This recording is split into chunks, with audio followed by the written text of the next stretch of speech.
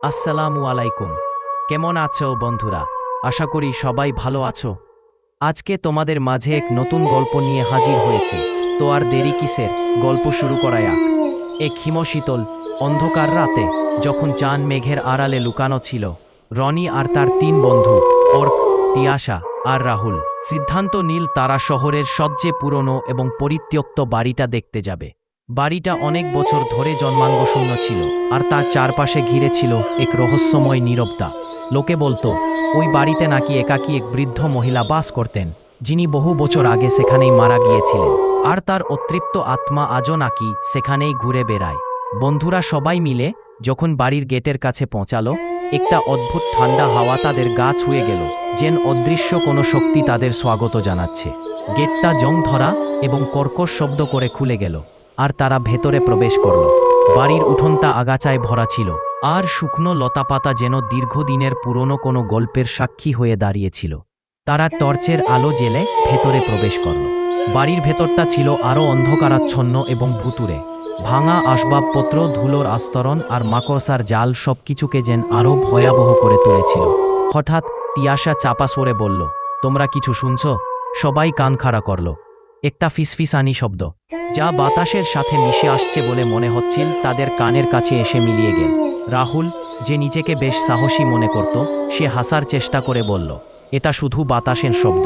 কিন্তু তার হাসিটা একটু কাঁপা কাঁপা ছিল। তারা বাড়ির বসার ঘরে এসে পৌঁছাল। সেখানে একটি পুরনো ভাঙা দোলনা ছিল, যা অদ্ভুতভাবে দুলছিল, অথচ কোনো বাতাস ছিল না। রনি সাহস করে দোলনার কাছে গেল।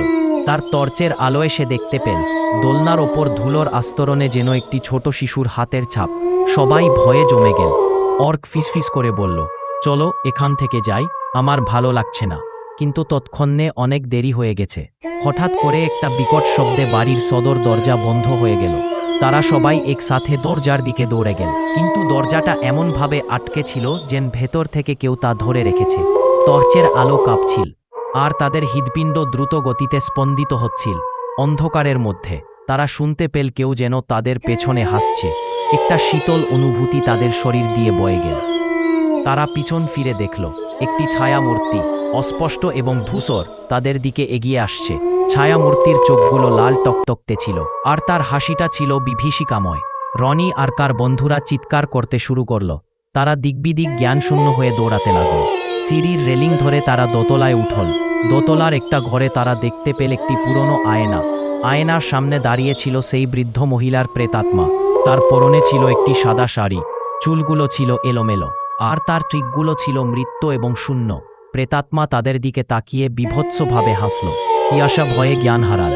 রাহুল আর অর্ক তাকে ধরে নিয়ে যাওয়ার চেষ্টা করল, কিন্তু প্রেতাত্মা তাদের পথ আটকে দাঁড়াল। রনি বুঝতে পারল তাদের পালাতে হবে। সে তার শেষ চেষ্টা হিসেবে আয়নার দিকে টর্চের আলো ফেলল। অদ্ভুতভাবে প্রেতাত্মা আয়নার আলোতে যেন আরও তীব্র হয়ে উঠল। হঠাৎ করেই রনির মনে পড়ল তার দাদু একবার বলেছিলেন যে কিছু অতৃপ্ত আত্মা আলোর প্রতি সংবেদনশীল হয়। সে তার টর্চের আলোটা আরও তীব্র করে প্রেতাত্মার দিকে ধরল। প্রেতাত্মা যেন ইয়রনতানায় চিৎকার করে উঠল। তার শরীরটা কাঁপতে লাগল এবং ধীরে ধীরে মিলিয়ে যেতে শুরু করল। যখন প্রেতাত্মা পুরোপুরি অদৃশ্য হয়ে গেল, তখন বাড়ির ভেতরে সেই ভুতুড়ে পরিবেশটা একটু শান্ত হল। সদর দরজাটা আবার খুলে গেল। তারা আর এক মুহূর্ত অপেক্ষা করল না। তিয়াশাকে ধরাধরি করে তারা সবাই দ্রুত বাড়ি থেকে বেরিয়ে এল। বাইরে এসে তারা যখন চাঁদের আলোয় পৌঁছাল, তখন তারা বুঝতে পারল তারা কতটা ভয়ঙ্কর অভিজ্ঞতার মধ্যে দিয়ে এসেছে। সপ্তাহ নীল আর কোনোদিনও কোনো পরিত্যক্ত বাড়িতে যাবে না। সেই রাতের ঘটনা তাদের মনে এক গভীর ছাপ ফেলেছিল, যা তারা কোনোদিন ভুলতে পারেনি। সেই রাতটা তাদের জীবনের এক ভয়ঙ্করতম রাত হয়ে রয়ে গেল। তো বন্ধুরা, এই গল্পটি কেমন লেগেছে তা কমেন্টে জানাবেন। ভালো লাগলে লাইক, কমেন্ট ও সাবস্ক্রাইব করে দিবেন। ধন্যবাদ সবাইকে। আল্লাহ হাফেজ।